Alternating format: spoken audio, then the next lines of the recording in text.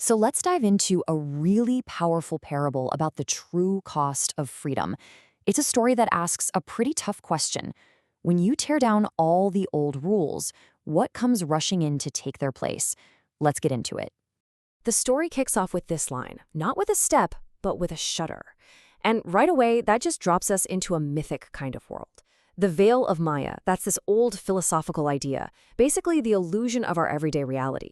So when it shudders, you know the world as we see it is about to get ripped apart, revealing something much deeper and maybe way more terrifying underneath.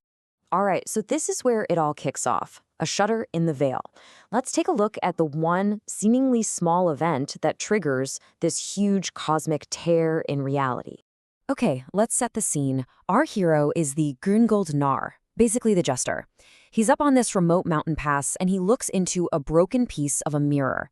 And this one little act has these huge consequences. The mirror doesn't just show his reflection, it actually shatters the sunlight itself. And suddenly the whole world is thrown into this unnatural eclipse. This isn't just a bad sign, it feels like the world itself is breaking. And from that sudden, strange darkness, our antagonist emerges. He is the Twilight Puppet King.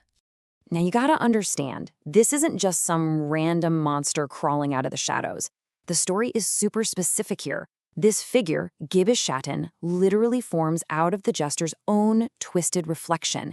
He's a dark mirror of our hero, his shadow self, made terrifyingly real. So who is this Puppet King, really? Well, the most important thing to know is that he's not a real king with his own will.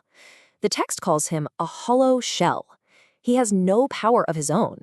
Instead, he's basically a puppet being moved by all the collective negativity, the secret desires and the simmering resentment of the masses, which the story just calls the herd.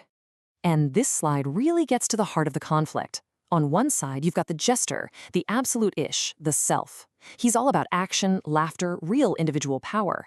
But his opposite is Gibishaten, the absolute not I, the other. He represents stillness, mockery, and this hollow, borrowed power. You can think of one as a living fire, and the other is just its cold, empty echo. To really get what's driving the Puppet King, we have to understand this key philosophical idea, ressentiment. Now, this isn't just being angry. It's something much deeper. It's this poisonous, deep-seated hostility that comes from envy and feeling powerless. It's the bitterness of the crowd towards anyone who dares to stand out. And the Puppet King is literally fueled by this stuff. Okay, so this all leads to their direct confrontation, and we get to hear the king's really chilling philosophy. This is what's called the sovereignty of the grave. The Puppet King's first words to the jester just cut right to the bone. He says, "A man without a crown will always seek a master to serve." His whole argument is that the jester was great at teaching people to laugh at the old authorities, the old kings. But he gave them nothing new to believe in. He created a vacuum, and in the Puppet King's view, a vacuum always gets filled. People don't want a void, they'll just create a new master for themselves. And then he drops this bombshell. "I am the king they have posited in your absence." He's not saying he conquered them, he's saying they created him to fill the empty space the jester left.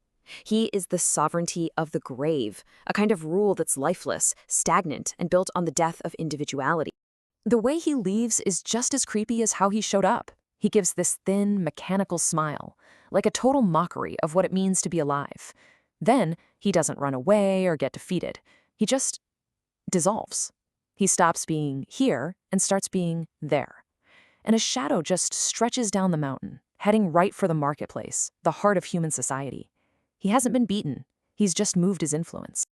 So, what does all this actually mean? Well, lucky for us, a new character shows up, a wise observer called the Horned Guardian, and he's here to explain the real stakes. He calls this new reality, freedom posits its slavery. The Horned Guardian's first words to the jester are, "The dialectic has shifted." This is a huge moment. He's basically saying the entire nature of the conflict, the very rules of this cosmic game have just been completely rewritten. So what the heck is a dialectic?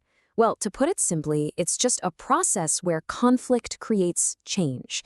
You have one idea, we'll call it a thesis. It gets challenged by its total opposite, the antithesis, and their clash creates something brand new. The Guardian is telling the jester that a new, massive cosmic argument has just started.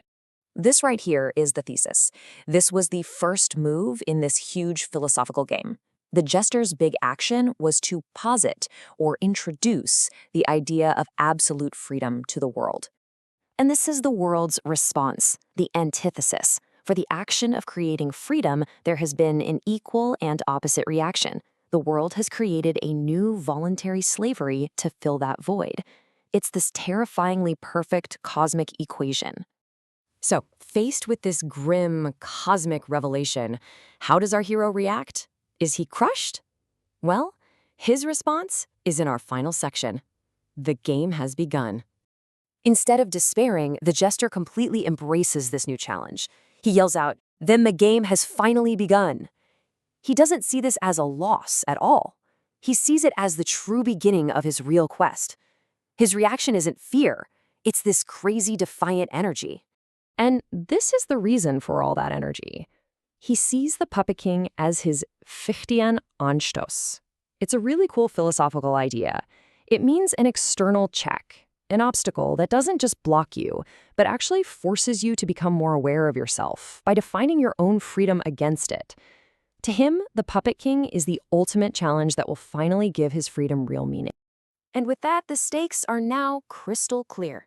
If the jester fails this challenge, the people he was trying to liberate won't find freedom. Nope. Instead, they'll happily embrace this new hollow king. They will be led right back into what the story calls the beautiful cage, a prison of servitude that's even more dangerous because this time they will have chosen it themselves. And so the parable leaves us with its central, haunting question. What happens when freedom creates a void? Is it just inevitable that something else, maybe something even worse, will rush in to fill it? It's a timeless question and one worth thinking about. That's all for this explainer.